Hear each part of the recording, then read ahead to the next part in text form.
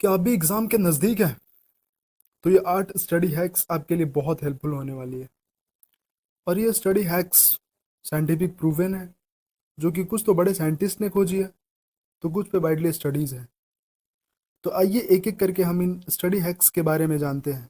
और हाँ, इन 8 में से फोर्थ नंबर वाले स्टडी हैक्स को नोबेल प्राइज विनर ने खोजा है। तो हम जो पहली टेक्निक पे बात करने जा रहे हैं वो है पोमोडोरो टेक्निक।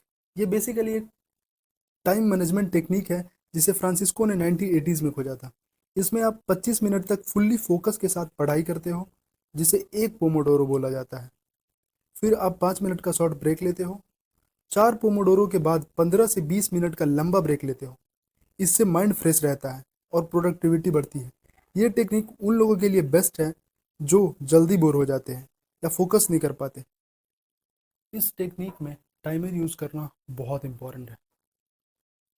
अब जो हम दूसरी टेक्निक के बारे में बात करने जा रहे हैं उसे हम एक्टिव रिकॉल कहते हैं, जो किसी साइंटिस्ट ने तो नहीं खोजा था, बट ये वाइडली स्टडीड टेक्निक है। एक्टिव रिकॉल एक पावरफुल मेमोरी टेक्निक है। इसमें आप पढ़ने के बाद उस टॉपिक के क्वेश्चन खुद से पूछते हो या लिख के याद करते हो बिना देखे।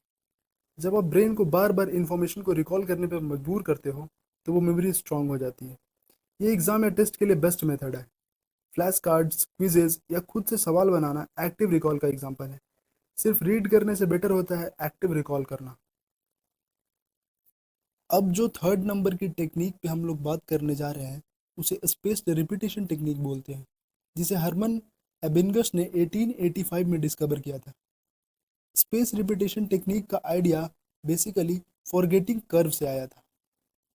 जब हम एक ही टॉपिक को थोड़े थोड़े गैप में बार बार रिवाइज करते हैं तो वो दिमाग में लंबे समय तक रहता है, जैसे 1 दिन बाद, 3 दिन बाद, 7 दिन बाद। इससे मेमोरी स्ट्रांग होती है और रिवीजन स्मार्ट बन जाता है। इसका यूज़ फ्लैश कार्ड्स या फ्लैश कार्ड्स के ऐप्स में होता है। ये टेक्निक एग्ज़ाम प्रिपरेशन में काफ़ी इफ़ेक्टिव होता है। फोर्थ नंबर की टेक्निक पे अब हम बात करने जा रहे हैं, जिसे फिनमैन टेक्निक कहा जाता है।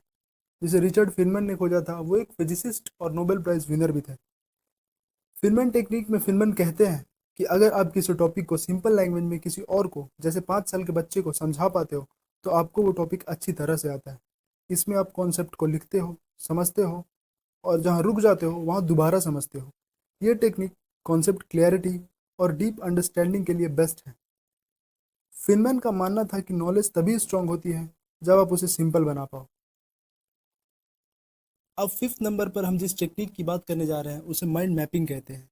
माइंड मैपिंग एक विजुअल लर्निंग टूल है जिसे टोनी बुजान ने 1970 में पॉपुलर बनाया था। इसमें आप एक सेंट्रल आइडिया लिखते हो और उसके आसपास रिलेटेड टॉपिक ब्रांचेस के फॉर्म में लिखते हो, जैसे ट्री डायग्राम। इससे आपके दिमाग में टॉपिक क्लियर ऑर्गेनाइज रहता है। कॉम्प्लेक्स टॉपिक को समझने और याद रखने के लिए ये टेक्निक बेस्ट है। ये टेक्निक क्रिएटिव सब्जेक्ट में यूज़ कर सकते हो। ये हैक्स प्लानिंग और ब्रेन में आपको हेल्प करेगा। 6 नंबर पे हम जिस टेक्निक की बात करने जा रहे हैं वो है SQ3R मेथड।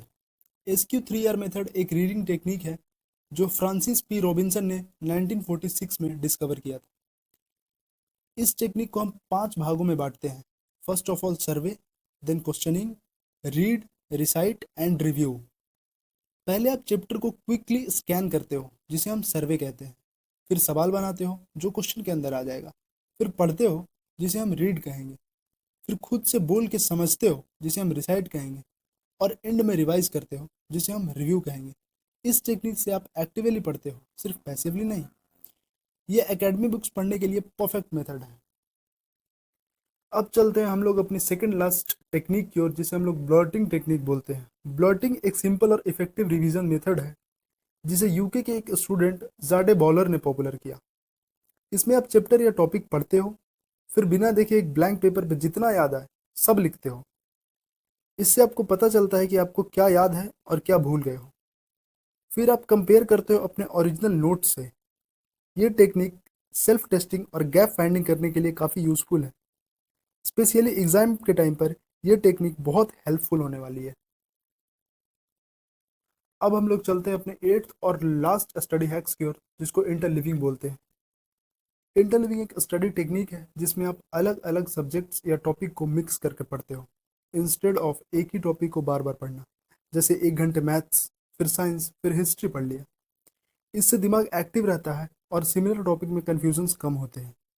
ये टेक्निक लॉन्ग टर्म लर्निंग के लिए बेटर होता है, क्योंकि ब्रेन को बार बार स्विच करना पड़ता है। रिसर्च के हिसाब से ये रूट लर्निंग से काफ़ी ज़्यादा इफेक्टिव है। Thank you.